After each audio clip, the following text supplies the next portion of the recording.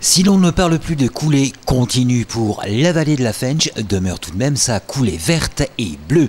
Parcourue par 25 km de cours d'eau, la vallée de la Fensch regorge de richesses naturelles, prairies, pelouses calcaires, forêts, mares, cours d'eau et d'une grande biodiversité à préserver et mettre en valeur.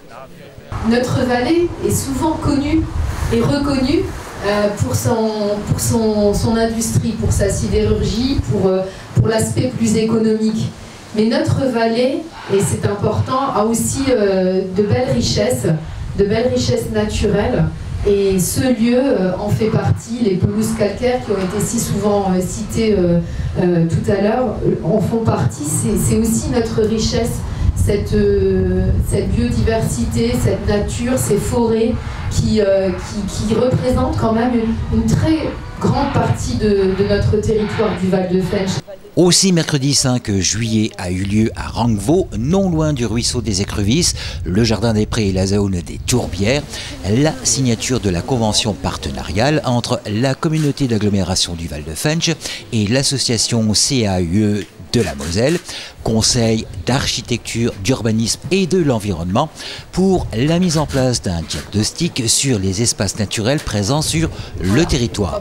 Oui, donc dans le cadre du contrat Haut Climat, signé en 2021, nous poursuivons nos approches avec le CAUE pour la réalisation d'une trame verte et bleue, du moins pour situer les différents points sur lesquels on peut travailler, à la fois sur des zones remarquables, des zones naturelles remarquables, comme ici à Rangvo, mais aussi sur les interactions qui peuvent exister entre le milieu urbain, périurbain, et la préservation de la nature et de la biodiversité, en tenant compte à la fois de la flore, de la faune et des milieux aquatiques.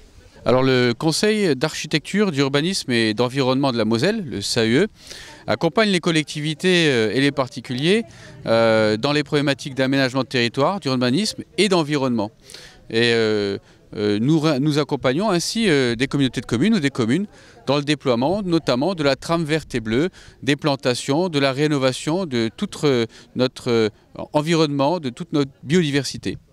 Tout à fait, je suis très heureux d'être aujourd'hui ici sur le site à Rangvo.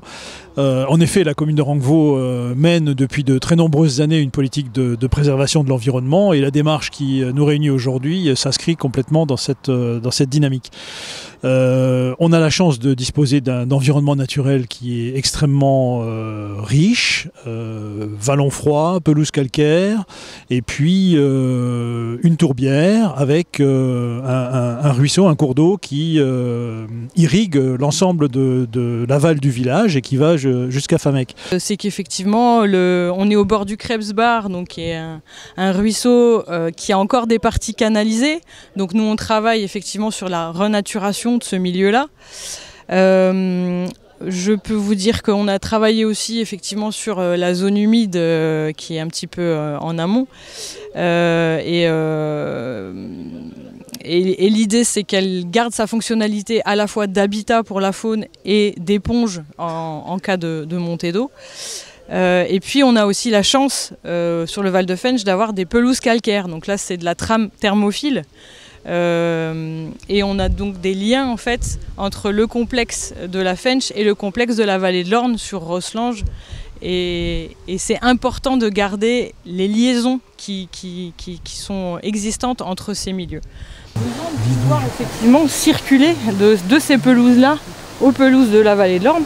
Et ben derrière nous, on a ce qui fait la transition, c'est le milieu boisé effectivement et la forêt domaniale de Moyèvre. Donc il faut effectivement allier en fait la préservation de tous ces milieux pour avoir un écosystème qui fonctionne, pour que l'humain, en tant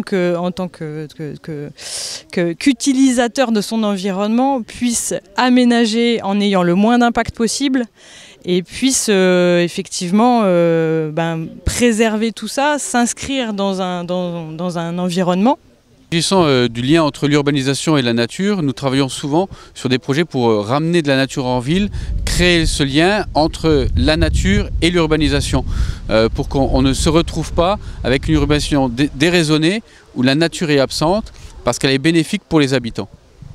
Et ben on a de plus en plus de visiteurs, des promeneurs, des vététistes, des gens qui ne connaissent pas et qui viennent. Alors ils sont bien sûr aidés par les différentes publications, la communication qui peut être mise en œuvre par la commune, par la communauté.